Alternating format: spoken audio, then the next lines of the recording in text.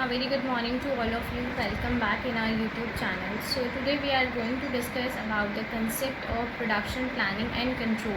In the previous video lectures we have already discussed about the production planning and production control. So today we are going to discuss about the concept of production planning and control कि basically आपका PPC क्या होता है.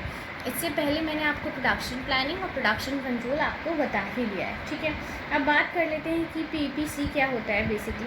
तो production planning and control constitute the planning, scheduling, routing, dispatching and follow up of the entire production process.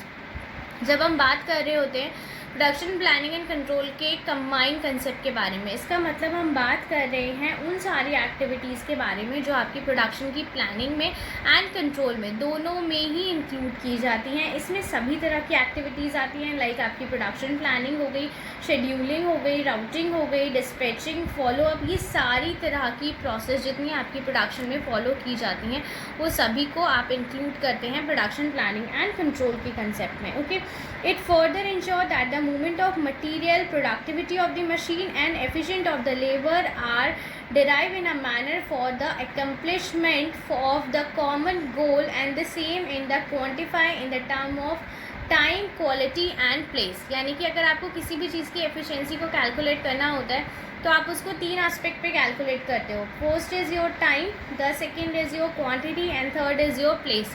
Production में आपकी यही 3 चीज़ें बहुत ज़्यादा मैटर करती हैं. तो हमें क्या करना होता है, पीपीसी के थ्रू हमें अपनी प्रोडक्शन प्रोसेस को इस तरीके से रन करना होता है कि जो भी आपका प्रोडक्शन हो उसकी टाइमली डिलीवरी हो, उसकी क्वांटिटी जो भी हमें चाहिए डिज़ायर्ड क्वांटिटी के अकॉर्डिंग हो, और थर्ड उसका जो प्लेस है उस पर उस टाइम पे उसे अवेलेबल होना चाहिए. तो हम तीनों ही एस्पेक्ट पे वर्क कर रहे होते हैं पीपीसी के अंडर. अब बात कर लेते हैं एक डेफिनेशन की. Production planning and control comprises the planning, routing, scheduling, dispatching and follow up function in the production process. यानी कि आपकी प्रोडक्शन प्लानिंग में ये सारी एक्टिविटीज़ आती हैं.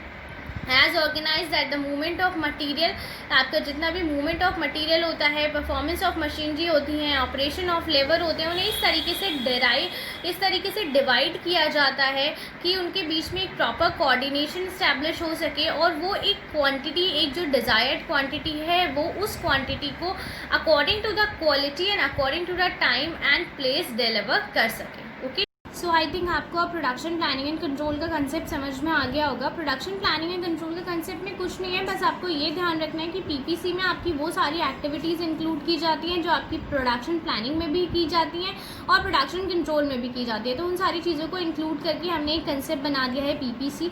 यहाँ पे 2-3 बातों का ध्यान रखा जाता है. पहली चीज़, आपकी डिज़ायर्ड क्वान्टिटी प्रोड्यूस होनी चाहिए at the desired quality at the desired time. यानी कहने का मतलब ये कि आपको 3 चीज़ों पर फोकस करना है, क्वान्टिटी, क्वालिटी एंड टाइम. कि आप जो भी क्वांटिटी बना रहे हो वो quantity according to the demand होनी चाहिए, उसकी quality according to the customer requirement होनी चाहिए और उसकी टाइमली डिलीवरी होनी चाहिए. ओके, एंड आपके जितने भी फैक्टर ऑफ प्रोडक्शन है उन सब के बीच में एक कोऑर्डिनेशन इस्टेब्लिश करने का काम हम पीपीसी के अंतर्गत करते हैं. ठीक है, अब बात कर लेते हैं हम ऑब्जेक्टिव्स ऑफ पीपीसी की, बेसिक ऑब्जेक्टिव्स क्या होते हैं आपके. तो first is your better control. Better control की अगर मैं बात करती हूँ तो आपका another name for control function is the production planning. So planning is the stepping stone for the efficient control. The actual performance can be reconciled with the set standard and deviation can be easily corrected. आप ये कह सकते हो कि अगर आपको अच्छा control establish करना है तो आपको अच्छी प्लानिंग करनी पड़ेगी. ठीक है, तो अच्छी प्लानिंग अगर आप करते हो तो आपको कंट्रोल अच्छे से आप इस्टेब्लिश कर सकते हो और आपकी जो भी परफॉर्मेंस निकल के आएगी वो performance according to the desired performance के हिसाब से ही होगी. तो बेसिकली जब आपको एक इफेक्टिव कंट्रोल इस्टेब्लिश करना होता है तब आपका बेसिक पीपीसी यूज़ किया जाता है. यानी कि पीपीसी का मेन मोटो या ऑब्जेक्टिव हम कह सकते हैं यही है कि हम अपनी प्रोडक्शन प्रोसेस पे बेटर कंट्रोल इस्टेब्लिश कर सकें. Next is proper coordination. Proper coordination की अगर मैं बात करती हूँ तो proper coordination between machine, equipments and the labour must be ensured and this will reduce the wastage and ultimately the cost will come down.